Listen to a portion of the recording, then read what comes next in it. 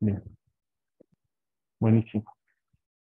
Entonces, AR2 es, digamos, una modificación de la estructura del modelo. AR1 es una extensión muy sencilla en términos generales, si lo queremos pensar como un modelo nuevo. En realidad, digamos que el AR2 es una cosa más o menos de ese estilo. Entonces, pensemos ahora una situación en la cual tenemos x de t, que es igual a A0, más A1 de x de t menos 1, más A2 de x de t menos 2, más u de t. Donde u de t es básicamente un ruido blanco o un proceso puramente aleatorio. ¿Vale? Sí.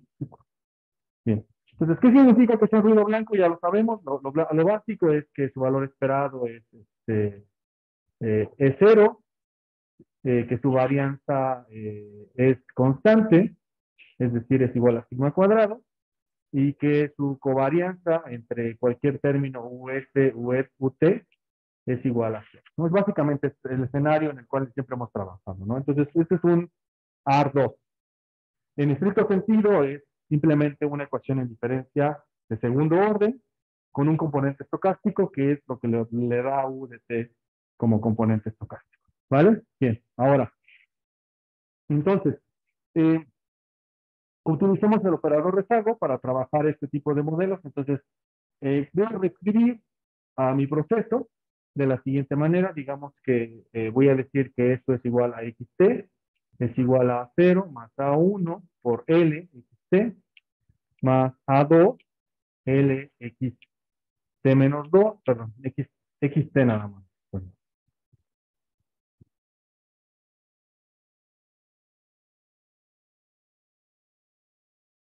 Xt.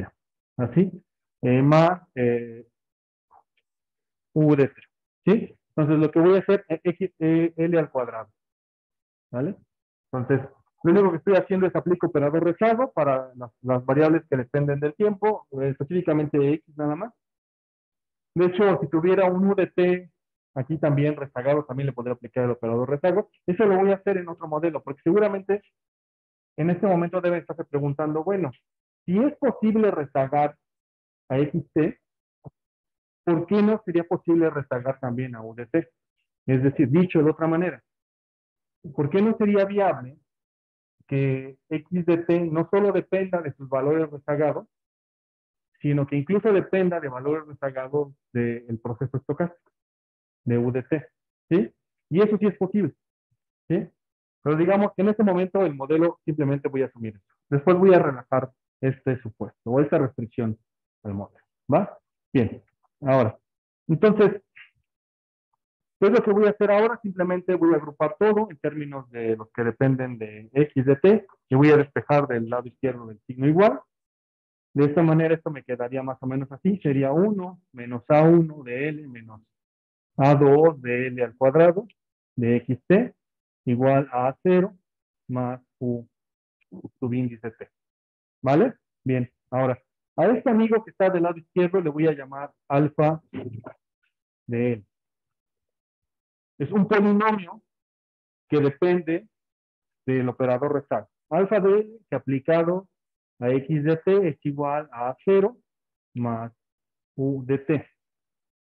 ¿Sí? Ahora, aquí viene una característica interesante de este planteamiento. Es la solución, o digamos, la trayectoria que debería seguir x de t, entonces la puedo reescribir de la siguiente manera. Puedo decir que en general, entonces, x de t es igual a alfa a la menos 1 de L que multiplica a 0 más alfa a la menos 1 de L que multiplica a U de T. Lo que estoy diciendo a grosso modo es simplemente que existe un polinomio alfa de L y si existe su inverso, ese es alfa a la menos 1 de L, entonces puedo reescribir el proceso autorregresivo de orden 2 de esta manera. ¿Sí? Ahora bien, esta característica se le dice como inversibilidad. ¿Sí? Bien. Ahora, observen esto. Quiero que observen qué significa esto.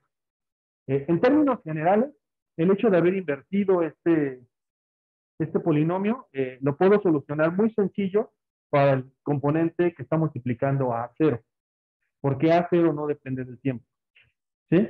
A cero es simplemente una constante. Por lo tanto, esa solución, digamos, la puedo reescribir de la siguiente manera.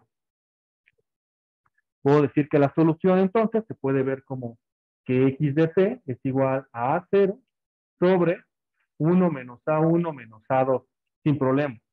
Elimino los L1 y L al cuadrado. Los puedo eliminar porque no dependen del tiempo, ¿sí? Ahora bien, viene la pregunta, ¿cómo sería entonces el inverso del polinomio? Debería de ser 1 entre 1 menos a1 de L menos a2 de L al cuadrado que multiplica a U de T. ¿Sí? Bien. Ahora, esta expresión que tengo aquí abajo, ¿a qué se parece? Se parece a la suma, al resultado de haber hecho una serie infinita de sumas de coeficientes asociados con valores que dependen de A1 y de A2. ¿Sí? Era como el símil, si ustedes se acuerdan, cuando teníamos el AR1, solo teníamos 1 menos A1 entre L, sin el menos A2 entre L al cuadrado. Ahora bien, agregarle este componente dificulta la expresión implícita detrás de este componente. Sin embargo, nosotros podemos asumir que entonces en general lo que es cierto es que esto debería ser resultado de la convergencia de una serie infinita. Entonces, en general, simplemente lo que voy a decir es que esa serie infinita converge a una expresión que voy a utilizar de una forma eh, muy sencilla y voy a traducir a esto. Voy a decir que en general, lo voy a poner aquí abajo, voy a decir que en general, cuando yo quiera invertir el polinomio que depende de L, lo voy a poder escribir como una cosa que depende de phi 0 más phi 1 de L más phi 2 de L al cuadrado más, así, hasta infinito. Es decir, lo que estoy diciendo es que este polinomio que depende de L, que se puede expresar como la fracción 1 entre 1 menos A1 L menos A2 entre L cuadrado, es equivalente, digamos, esta expresión junto con esta expresión de acá. Esta, digamos, la puedo reescribir de esta manera. No hay nada que lo impida. No hay ninguna regla algebraica que esté violando en este punto. ¿Sí? Entonces, hacer esta traducción, estoy haciendo una descomposición del polinomio en una cosa que se conoce como descomposición de Word. Es muy común cuando ustedes vean papers de series de tiempo que les van a decir, voy a trabajar con la descomposición de Word del polinomio. A eso se refiere. Se refiere a que vamos a asumir que este polinomio se puede reescribir de esta manera, sin ningún problema. Ahora bien, reescribirlo de esta manera tiene una ventaja bien particular. Si reescribimos alfa a la menos 1 de esta manera, entonces puedo reescribir mi solución, mi trayectoria del AR2 de la siguiente manera. Mi AR2 ahora debería de poder quedar como una cosa así. Sería XT, sería igual a A0 sobre 1 menos A1 menos A2 más Phi0 que multiplica a U de T más Phi1 que multiplica a L U de T más Phi2 que multiplica a L cuadrado U de T más así hasta infinito. ¿Sí? Lo único que hice fue que a mi expresión sustituí, digamos, lo que voy a subrayar en rojo, este amigo lo sustituí por lo que voy a subrayar en verde, por toda esta expresión. Eso es lo único que hice, ¿sí? Sustituí esta cosa. Entonces, eso es lo único que he hecho. Ahora bien, después de haber hecho esa sustitución, ustedes se pueden dar cuenta de algo bien interesante aquí. Lo que tienen aquí es, tengo una constante phi0 que multiplica a u de t. Y luego tengo una constante phi1 que multiplica a L por u de t. Y así tengo otra constante y así sucesivamente. A todo este amigo lo puedo reescribir de la siguiente manera. Puedo seguir trabajando con él. Y puedo decir que en general, en realidad, el proceso AR2 sería igual a A0 sobre 1 menos A1 menos A2 más phi 0 por u de t más phi 1 que multiplica a L por U de T. Si se acuerdan, aquí está, ¿no? Aquí está mi producto. L por U de T. Pero L por U de T, aquí es igual. ¿Qué le pasa a U de T cuando le aplico? U de T menos 1. ¿Vale? Bien. Entonces, aquí lo que voy a tener es U de T menos 1 más I2 de U de T menos 2 más aquí hasta infinito. ¿Sí? Y entonces, ¿recuerdan cuando iniciamos el problema? Dijimos, bueno, ese es mi AR2. Yo inicié en esta ecuación. Y le voy a poner ecuación pelito rojo. ¿Sí? Yo inicié en esta ecuación y les dije, bueno, el AR2 es un objeto que depende, digamos, que dice que una serie puede ser descrita por la información que le aporta la misma serie, pero en periodos pasados. Concretamente hasta 2 periodos pasados. Más un proceso estocástico. Pero la duda que les dije, la duda que nos puede surgir es, bueno, si depende del proceso estocástico, ¿por qué no podría depender del proceso estocástico en periodos pasados? También debería ser válido, ¿no? Posible, de hecho. Pues sí, de hecho, lo que estoy diciendo aquí es que este amigo pelito rojo es equivalente a una expresión que tengo aquí abajo que voy a poner doble pelito rojo.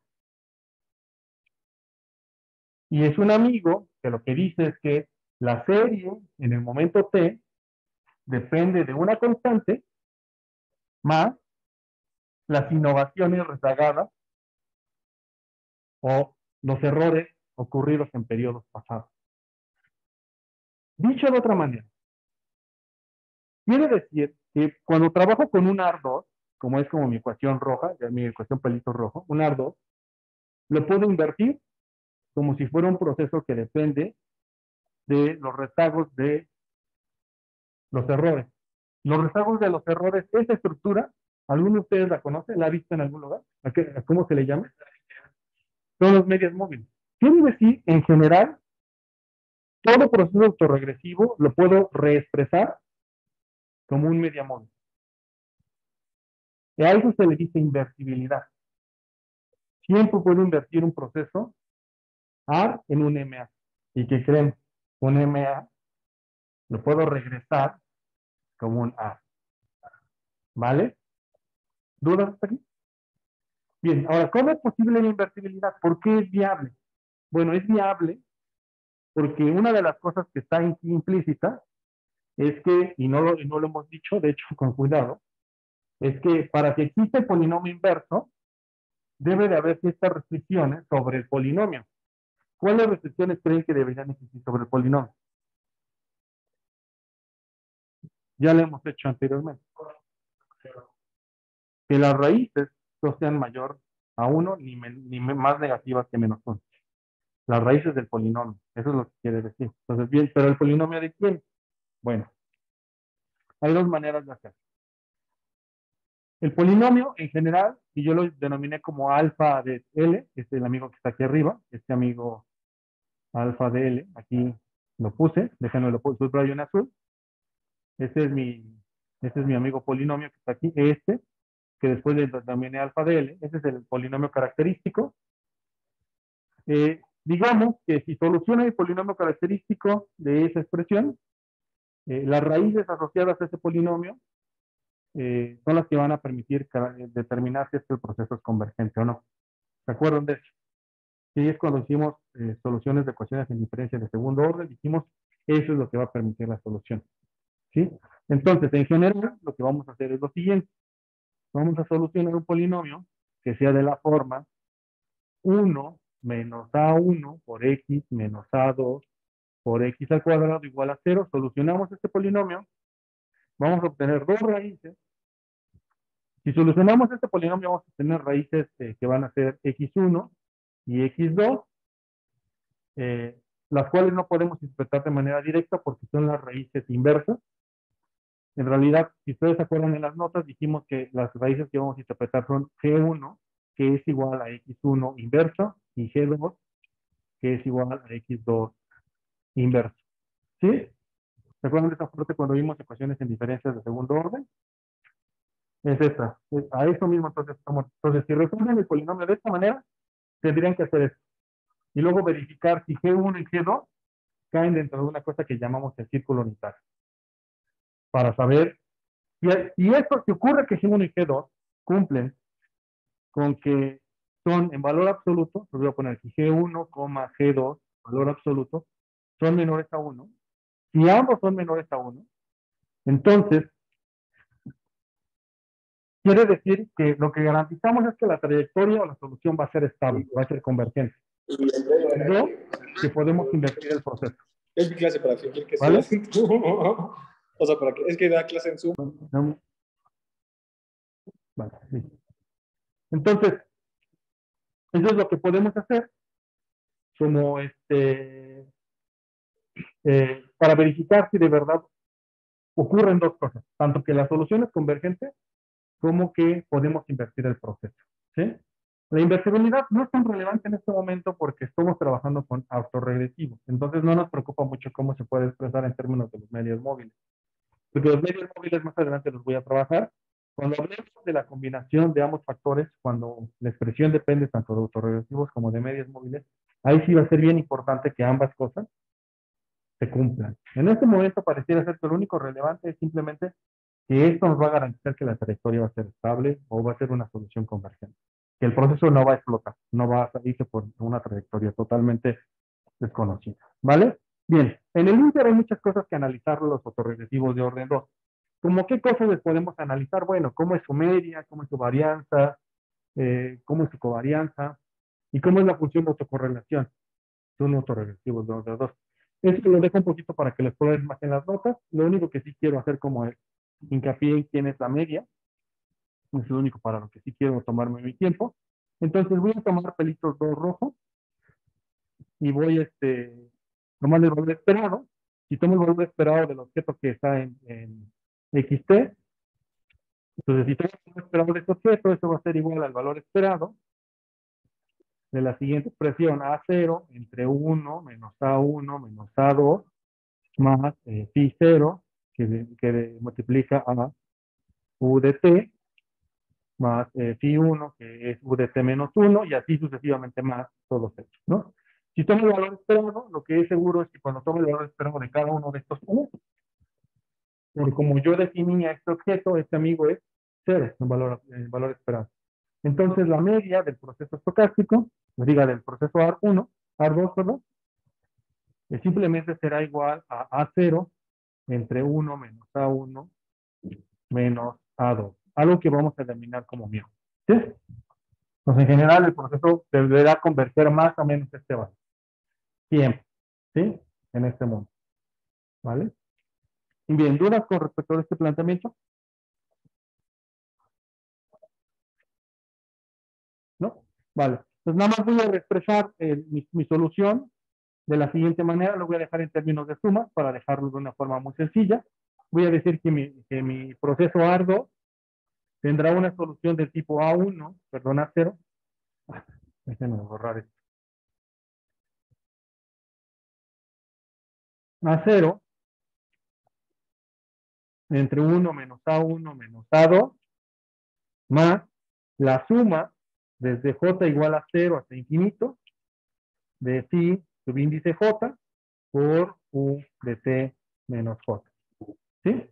Eso es lo que, al final, esa es la solución de un AR2. ¿Sí? Parece que más o menos intuitivo, ¿no? Con lo que ya habíamos resuelto en otras ocasiones. ¿Vale? ¿Dudas sobre este planteamiento? Buenísimo. Ok. Entonces, vayamos ahora a hacer un caso práctico. ¿Vale? Bien. Entonces, trabajemos hoy con clase 6. Creo que sí es clase 6. Vamos a R. Voy a trabajar hoy con, sí, clase 6. Entonces, clase 6 es este Markdown que tengo aquí descrito. ¿Sí se alcanza a ver o lo hacemos un poco más grande? Me dicen, por favor. Okay, bien. Entonces, nada más una cosa que quiero que recuerden, que creo que no lo mencionamos en algún momento, Omar y yo, es una de las opciones que no deben olvidar cuando quieran hacer un markdown como es de ese estilo, en el cual los outputs que vayan mostrando también en esta pantalla es la línea que dice shown output type inline. Eso es lo que permite que cada vez que ustedes ejecutan aquí, le dan, por ejemplo, le damos el iconito de RAW, el resultado se grafica aquí. Si ustedes modifican inline por, creo que out o outline, no me acuerdo cómo es la alternativa, no se pondría aquí a resultado. ¿Vale? Bien. Creo que es una cosa que no habíamos mencionado. Vale, entonces voy a ejecutar primero todas las bibliotecas que voy a trabajar hoy. Voy a trabajar con ggplot2, dplyar, el lector de XLS y stats. Ya es todo lo que voy a ocupar en la clase de hoy. ¿Vale? Y entonces los datos son los que hemos venido trabajando en las últimas clases, que simplemente son pasajeros en vuelos y pasajeros en el metro. ¿Vale? Entonces, primero leemos los datos. Luego convertimos los datos a series de tiempo. Entonces, noten que una de las cosas que ya no tengo aquí es, por ejemplo, lo único que estoy definiendo es el periodo de inicio y no el de final, porque le estoy dejando que la máquina libre a la máquina para que la máquina detecte el último periodo y lo calcule cuál es el último periodo final. Bien, entonces vamos a trabajar con con esta serie. Entonces voy a tomar pasajeros en vuelos nacionales. La primera es una variable que se llama PAXNAL, que está en la línea 50, que es como tomar la serie en niveles, a eso se le dice como en niveles.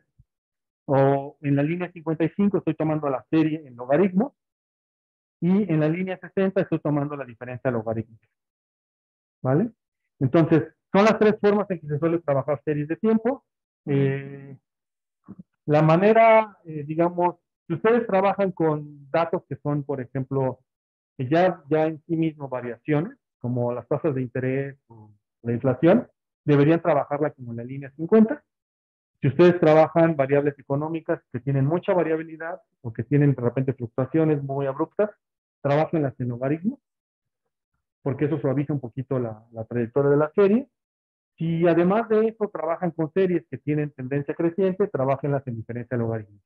¿Por qué? Porque así la vuelven estacionaria. Todavía no he discutido una prueba para decir cuándo una serie es estacionaria o no. Lo único que he dicho es qué tipo de características debería tener una serie para ser estacionaria, pero no he hecho un test estadístico formal. Lo voy a hacer un poquito más adelante. Pero necesito más herramientas para hacer eso. ¿Va? Bien, entonces ejecutamos esta conversión de la serie. Luego vamos a hacer un gráfico muy sencillo. Lo que hago es, con el comando par, lo que hago es particiono el output en tres grupos.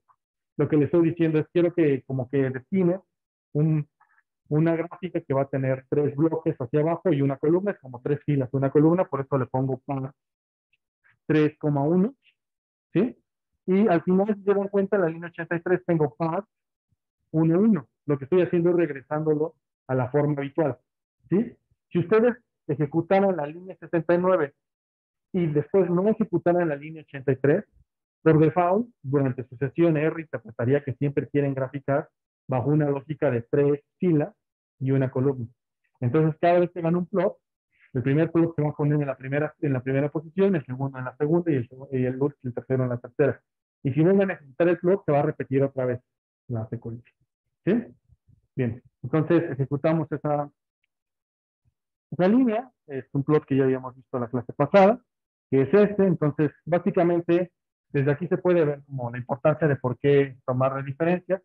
La primera serie tiene variaciones que se pierden un poquito con el logaritmo, pero que se vuelve básicamente muy parecido a algún concepto estacionario, ya que la diferenciamos, ¿no? Y está más o menos alrededor de poquito más que el cero, ¿no? Ese es su medio. Bien. Entonces, dicho eso, además de observar los datos, mi impresión es que yo debería trabajar con la serie roja. ¿Sí? Y eso es lo que voy a hacer. Voy a trabajar con la serie roja como objetivo. La voy a modelar como si fuera un autorregresivo de orden 2. ¿Vale? Bien. Entonces, primero veamos el árbol en niveles, pero con la serie en logaritmos. Entonces, voy a ejecutar el comando arima. Lo conversamos la clase pasada. Entonces, arima necesita un objeto en serie de tiempo Luego con el order pongo 2 en la primera entrada y dejo 0 y 0 las siguientes dos entradas. Lo que le estoy diciendo es, haz un AR2 y con el método de máxima verosimilitud. Luego la línea 95 simplemente va a imprimir el resultado y la línea 97 lo que estoy haciendo es tomo del objeto que se llama AR-LPAT-NEL. Voy a tomar una de las cosas que tiene ese objeto, uno de los atributos que tiene ese objeto que se llama residuales.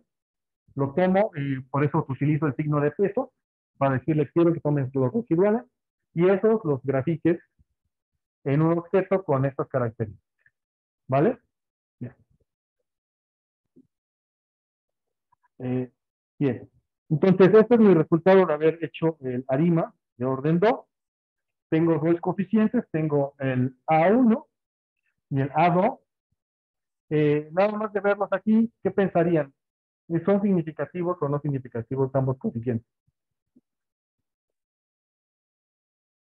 ¿Sí? ¿No? ¿Sí o no?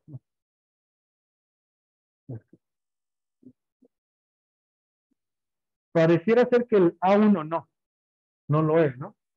Porque cuando dividimos el coeficiente, no, sí, es uno, ¿verdad? Es uno al principio. Sí, ambos son significativos, perdón. Ambos son significativos. Cuando hacemos la división del coeficiente entre el error estándar, la regla de dedo dice que más o menos, si eso es en valor absoluto mayor que 2, estamos en la zona de rechazo de la hipótesis nula. Si es menor que 2, estamos en la zona de aceptación. Más que 2, en realidad 1.96, pero vamos a redondearlo a algo como 2, ¿no? De ahí viene la idea esta de que tomas como media el coeficiente y más menos dos veces la desviación estándar está como el 95% de los casos. Sí, perdón. Sí, normal que para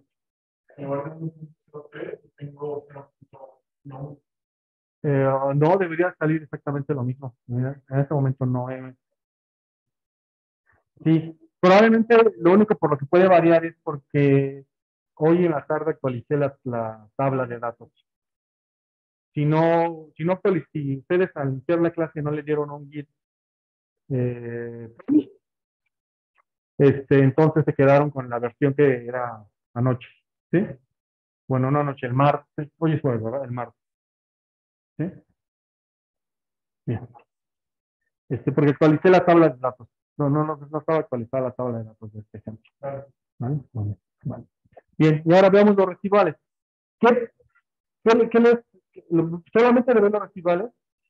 Yo tengo la impresión, nada más de verlo, que son residuales que están creciendo. Y una ligera tendencia creciente. Ligera, pero sí creciente.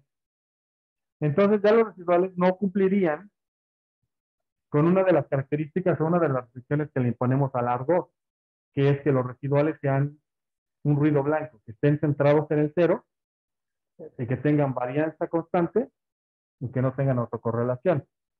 Y pareciera que eso no cumple esa situación. No está centrado en cero, porque empieza a crecer. ¿Sí? Entonces, ¿a qué me refiero? Me refiero a esto, ¿no? Si me voy a mi planteamiento original del AR2, el AR2 yo dije que era un objeto como este pelito rojo, es decir, es un objeto que tiene tres coeficientes y que los residuales cumplen con todas estas cosas, que es un ruido blanco, básicamente. ¿No? Entonces, solamente de ver la gráfica verde, puedo ver que pareciera ser que eso no son residuales que sean ruido blanco. Entre otras cosas, van creciendo un poco. Eso vamos haciendo, modelando la serie en logaritmos. Ahora vamos a modelar la serie en diferencias. Si hacemos la modelación de serie en diferencias, veamos los coeficientes, y ahora me sale punto 1097, punto menos punto 28, igual son significativos, no solamente de dividir. Bueno, tal vez el primero no, pero el segundo sí, ¿no? El primero sí no es significativo, de hecho, nada más de ver. Pero los demás sí. Y ahora veamos los residuales. Sí, notan cómo se vuelven más planos, ¿sí? Centrados en el ser. Probablemente lo que no cumplen es la varianza constante. ¿Por qué? Porque tengo este quiebre al final del periodo.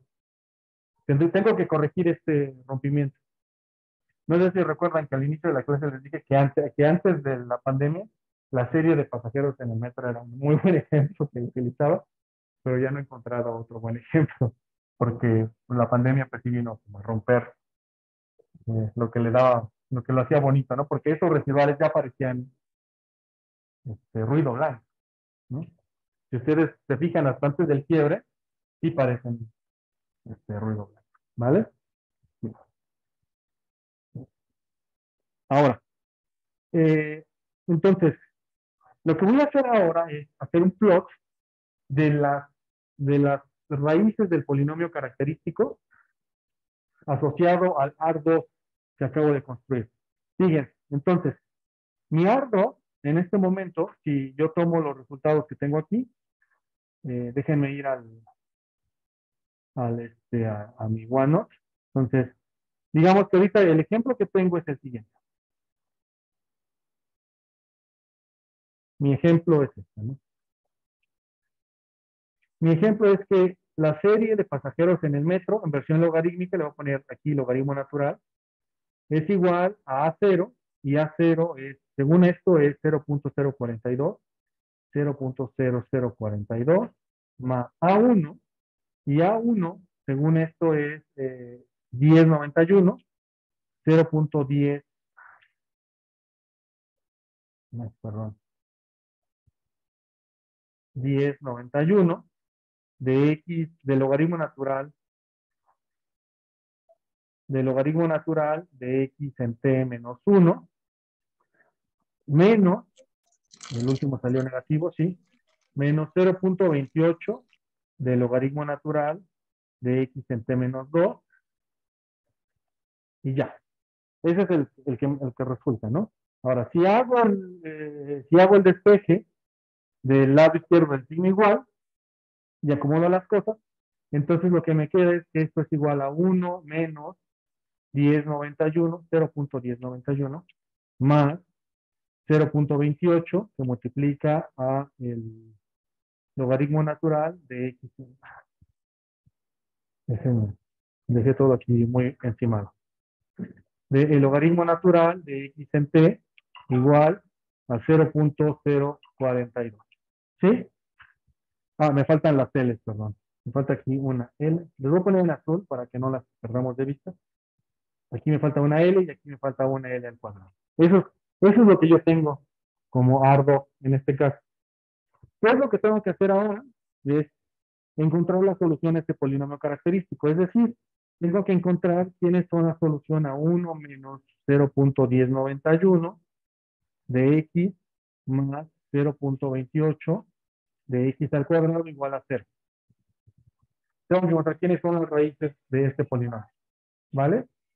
Luego de que encuentro las raíces de este polinomio, tengo que encontrar quiénes son G1 y G2. G1 es simplemente el inverso de la raíz de la primera raíz, y G2 va a ser igual al inverso de la segunda raíz. ¿Sí? Y ya que tengo eso, entonces tengo que hacer un plot para G1 y G2 en dos dimensiones. Mi plot va a tener dos dimensiones porque una dimensión va a ser los reales y otra dimensión va a ser los imaginarios o los complejos. Y verificar si esas raíces están dentro del círculo unitario. Eso es lo que voy a hacer ahora. ¿Vale? Entonces me voy a ir. ¿Vale? Entonces, ¿cómo voy a hacer esto? Bien, lo voy a hacer de la siguiente manera. Voy a utilizar una función que se llama arroot. Es una función que está, que se encuentra dentro del set de cosas que tienen en la carpeta compartida. Entonces van a la carpeta compartida y van a encontrar arroot. Es una función que lo que hace es que toma un objeto. Si se necesita un objeto que yo le llamé object, ¿no? Ese objeto es simplemente un arima. Entonces lo que hace es prueba tres cosas. Dice, si el arima es un AR, entonces aplica una cosa. Si el arima es un arima, para la redundancia, entonces hace otra cosa, y así sucesivamente, ¿no? Y extrae las raíces. Esta función básicamente lo que hace es que extrae las raíces del polinomio característico asociado al autorregresivo que estemos estimando. ¿Sí? Ya que tiene las raíces este objeto, ahora las grafico. ¿Y cómo las grafico? Las grafico con otra función que se llama plot armor. Y esta función lo que hace es que toma las raíces del polinomio y las grafica. ¿Sí? Eso es lo que voy a hacer. ¿Va? Bien, voy a tomar estas dos funciones. De hecho, ahorita las voy a cerrar porque no las necesito. ¿Ves? Entonces, lo primero que voy a hacer es utilizar el comando solve. Con solve llamo a las funciones, o digamos, sí, las pongo dentro de mi ambiente, de mi environment. Ya las tengo ahí en function. Y vamos a graficar. ¿Cómo graficamos? De una forma muy sencilla. Lo que voy a utilizar esta es la función plot armor root. Lo que necesito es que plot armor root se aplique la gráfica a la extracción de las raíces del polinomio característico. Entonces, ¿quién extrae las raíces? La función arroot. ¿Se las extrae a quién? Al objeto que se llama r-lpath-null. ¿Sí? Entonces, lo que hago es tomo un objeto, un autorregresivo, le aplico la función que extrae raíces y luego le aplico la función que es el plot. ¿Vale? Entonces, estoy como haciendo, ¿cómo se dice? Composición de función. ¿Sí? Y le pongo simplemente un título. Le digo que el título va a ser simplemente la inversa de las raíces. ¿Por qué la inversa? Por lo que conversé, ¿no? Que no graficamos directamente las raíces del polinomio, sino las inversas, G1 y G2. Entonces, graficamos las inversas del polinomio de un autorregresivo de orden 2. Le pongo backslash n para que haga un salto de línea. Entonces va a poner inverse r roots of salto de línea R2 LN Paz Nacional. Y hago lo mismo, pero ahora para el otro autorregresivo. Entonces voy a comparar dos modelos. Voy a comparar las raíces del polinomio del modelo en logaritmos y del modelo en diferencias logarítmicas. Eso es lo que voy a hacer aquí, ¿vale?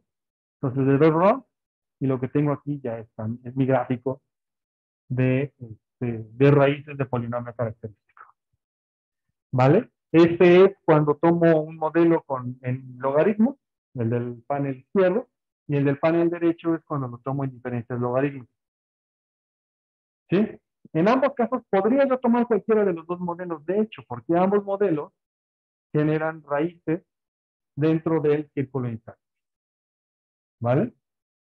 ¿Dudas hasta aquí? Va, bueno, va. Ahora, bien. Entonces, este es un AR2. Ahora, ¿cuál es la extensión natural? Bueno, la extensión natural, entonces, es decir, bueno, pero ¿qué pasa cuando trabajes con un ARP? ¿O qué cosa es un ARP?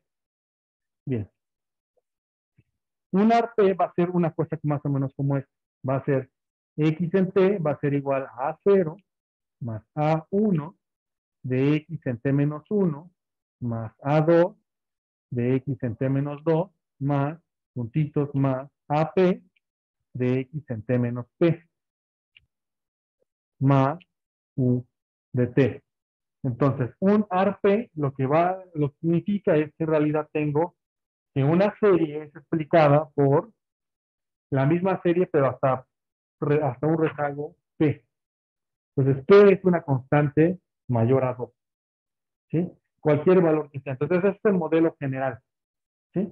Ahora bien, cómo, cómo, cómo trabajo con el modelo general? Bueno, el modelo general lo puedo trabajar de la siguiente manera. Hago lo mismo, utilizo el operador rezago para cada una de las series que está rezagada. Bueno, para cada uno de los componentes que está rezagado, entonces ese amigo lo puedo reescribir como x en t es igual a A0 más A1 de L x en t más A2 de L al cuadrado x en t menos 2 más A subíndice P de L a la P de x en t, perdón, nada más, este último ya no es menos 2.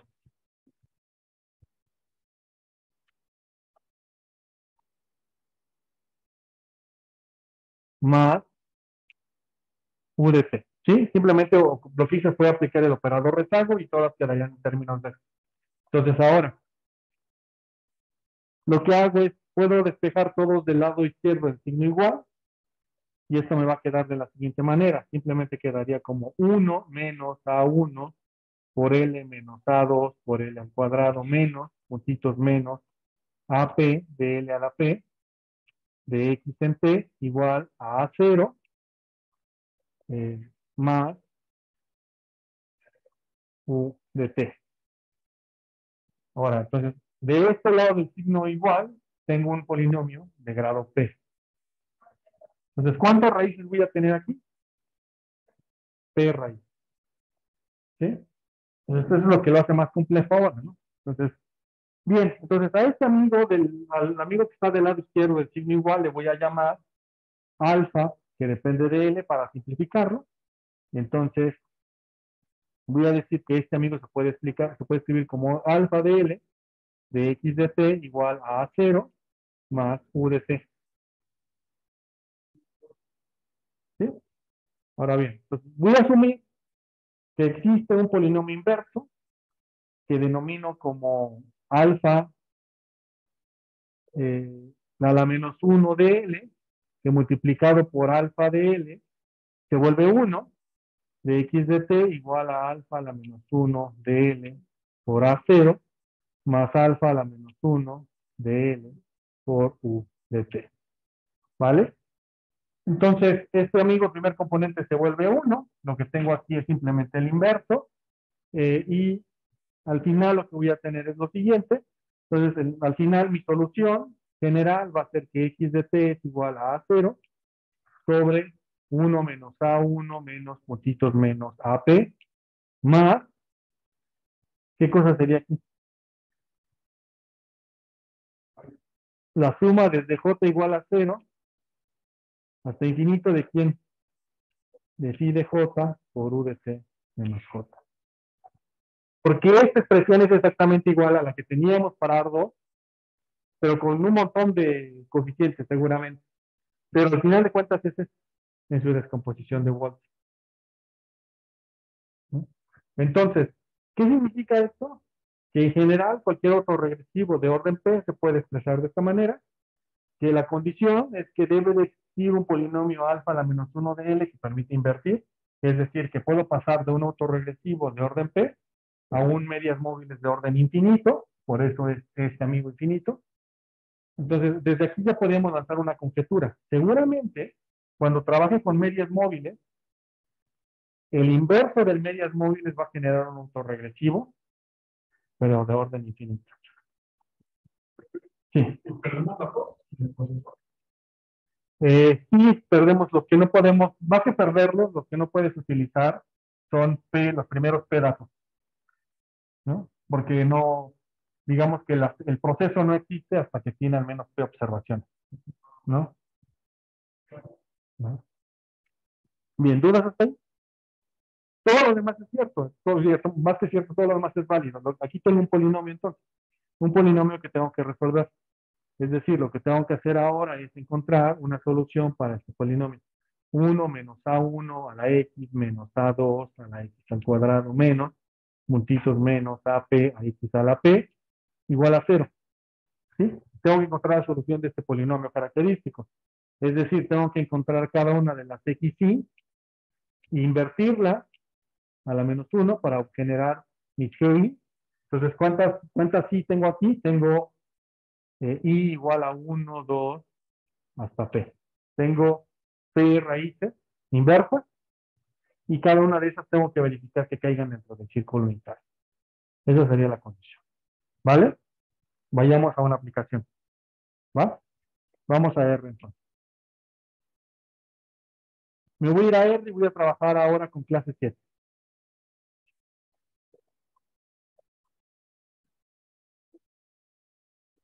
Y vamos a trabajar con clase 7, el que se llama aplicación ARP. ¿Va? Me voy al inicio. Voy a limpiar mi environment para dejar, digamos, para no tener nada ahí. Voy a limpiar también mi consola con control L, como siempre. Bien.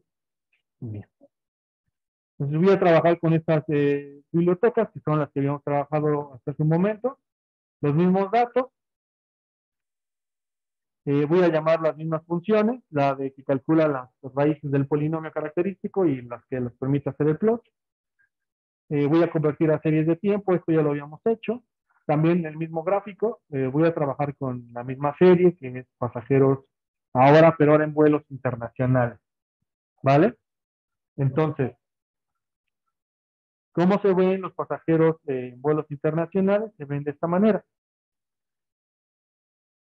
¿no? Entonces es una serie que va creciendo, cayó durante la pandemia y bueno, se mantiene, ¿no? Entonces, la opción es trabajar con la serie en diferencias, salvo por estos quiebres que todavía no les he dicho cómo solucionarlo, pero lo voy a hacer en la siguiente clase, cómo atender esos quiebres para resolver ese problema. Entonces, vamos a hacer lo siguiente, vamos a hacer una ARIMA, ahora de orden 4. Entonces, ya es muy restricto, aquí ya no tengo ninguna restricción, podría ser una ARIMA de orden 4, de orden 10, lo que ustedes quieran, ¿sí? Pero yo simplemente para ilustrar el caso voy a utilizar una ARIMA de orden 4. Voy a tomar primero la serie en niveles, es decir, en logaritmos, y voy a graficar, voy a hacer varias gráficas aquí. Voy a graficar los residuales y voy a graficar las raíces del polinomio, ¿sí? En el mismo chunk. Entonces, hagámoslo. Bien, entonces primero veamos el modelo, ¿no? El modelo que resulta es este. Entonces tengo mis coeficientes A1 hasta A4. Desde aquí podemos ver que tal vez solo el primero y el segundo sean significativos, el tercero y el cuarto no, ¿sí? Entonces, básicamente, lo que podríamos decir, como si quisiéramos hacer una interpretación de los resultados, es que a la serie de pasajeros transportados en vuelos internacionales, solo, digamos, tiene información relevante o estadísticamente significativa, la aquella que está rezagada hasta 2 periodos atrás, ¿sí? Periodo 3 y 4 parece que no está aportando, en realidad, ciertamente ninguna variabilidad relevante. Bien, entonces el intercepto es alto, es 13. Veamos cómo se ven los residuales. Los residuales tienen esta característica también de que parece que están creciendo, un poquito, pero sí están creciendo. Y vamos a ver cómo se ve el plot de las raíces del polinomio característico. Se vería de esta manera. Este, ¿Qué es una función que le puede decir si realmente está como hacia arriba o si tenemos que hacer? no hay una función, pero sí hay una prueba. ¿Qué? O sea, hay un test estadísticos propios para determinar si la serie tiene tendencia, que eso básicamente respondería a tu pregunta, o si no tiene tendencia, ¿no? Que es básico. Sí hay un test. Ese test lo voy a ver más adelante. De hecho, seguramente algunos de ustedes ya lo conocen, algunas de ustedes ya lo conocen, que es los test de raíces unitarias. Lo que prueban básicamente es esto. Si la serie es estacionaria alrededor de una constante, alrededor del cero o alrededor de una tendencia, ¿no? De esa manera puedes detectar cuál es el modelo que más se ajusta al proceso, ¿vale? Pero lo vamos a ver en su momento. Bien. Bueno, con detalle lo vamos a ver en su momento, ¿va? Bien, ahora, pero utilicemos mejor un modelo que desde mi perspectiva es mejor, que es utilizar la serie en diferencias. Entonces voy a tomar la serie ahora en diferencias y lo voy a modelar como un AR4 también. Igual voy a hacer lo mismo, voy a graficar residuales y voy a graficar los raíces del polinomio característico. Nos damos run. Veamos los modelos. Vean. Noten cómo es que los coeficientes cambian significativamente. Los coeficientes del modelo anterior eran muy, muy grandes, de hecho. Aquí son más pequeños. Es 0.03, menos 24, menos 14 y menos 0.05. Y ahora, de ver estos resultados, en realidad lo que podemos ver, podemos concluir, es que cambia un poco el resultado. Lo que ahora tenemos es que pareciera ser que la información 2 periodos atrás y 3 periodos atrás es la que de verdad tiene información relevante para la serie, y no el periodo inmediato anterior y no el periodo cuarto. ¿Sí? Ahora bien, ¿cómo podríamos ver si es un mejor escenario? Hay que ver los residuales, y ciertamente los residuales se ven ya más centrados en cero. Obviamente tiene algunos quiebres que tenemos que dar un tratamiento, que es que es el de la pandemia, y este de aquí que casi estoy seguro que es, aquí hubo, no sé, 2008 está un poquito antes. ¿Qué habrá pasado por ahí? La influenza, tienes razón. Sí, influenza. H1N1, tienes razón. Sí. Vale, y veamos ahora las raíces del polinomio característico y también están dentro del círculo unitario, ¿no? Por lo tanto, nuestra conclusión en general es que podríamos modelar esta serie como cualquiera de los dos escenarios desde la perspectiva de las raíces del polinomio característico, es decir, podríamos modelarla en logaritmos o podríamos modelarla en diferencias logarítmicas. Sin embargo, digamos, sin embargo, este, sí, digan.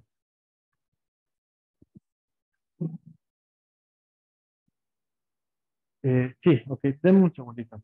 Un segundito.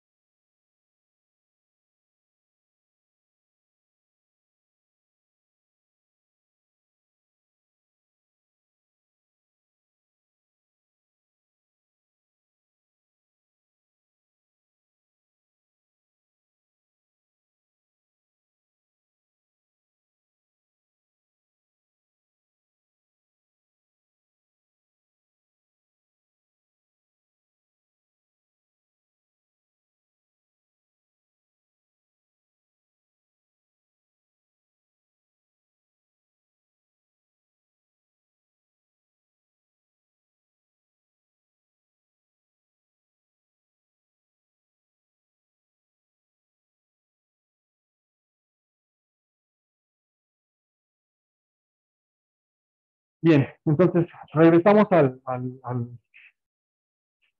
digamos, al punto. Digamos, la observación, entonces, en general, digamos, la conclusión podría ser la siguiente. Si decidimos modelar las series en logaritmos o en diferencias logarítmicas, parecería ser que es indistinto desde la perspectiva de que en ambos casos las raíces del polinomio asociado están entre el círculo unitario. Por lo tanto, la conclusión es que los procesos son invertibles, es decir, podemos pasar de un ARC a un esquema más de medias móviles. Y dos, que la solución va a ser estable en ambos casos. ¿Cuál es el problema entre uno y otro? Los residuales. ¿Qué es lo que va a permitir distinguir cuándo ocupar uno u otro? Es cuál de los dos escenarios genera residuales que sean más cercanos a un concepto llamado como ruido blanco. Y pareciera ser que en este caso es las diferencias logarítmicas generan un escenario en el cual los residuales son más parecidos. ¿Vale? De hecho, esa condición se mantiene a lo largo de cualquier modelo que ustedes hagan. Si ustedes hacen econometría clásica, lo que debería ocurrir es que sus residuales se comporten como un proceso aleatorio, ¿sí? Esa es la otra razón por la que hacemos pruebas sobre los residuales, lo que le llamamos pruebas de diagnóstico, ¿no? Porque lo que queremos es probar que esos residuales cumplen el supuesto de que, en el caso de la regresión clásica, de que son normales, están centrados en el cero, que no hay autocorrelación serial y que son autónomos erráticos, ¿vale? Bien, y pues ya, en realidad lo que sigue aquí abajo es un poquito sobre la función de autocorrelación parcial, pero la voy a introducir un poquito más adelante, no en este momento, no la quiero conversar ahora, ¿sí? No sé si tengan alguna duda, comentario, si no, sí, adelante. Yo lo que entiendo es que los modelos son para predecir, ¿verdad? Sí, los AR o ARMA, después cuando le pegue el concepto de medias móviles, sirven para, digamos que su función principal es predecir. ¿Vale?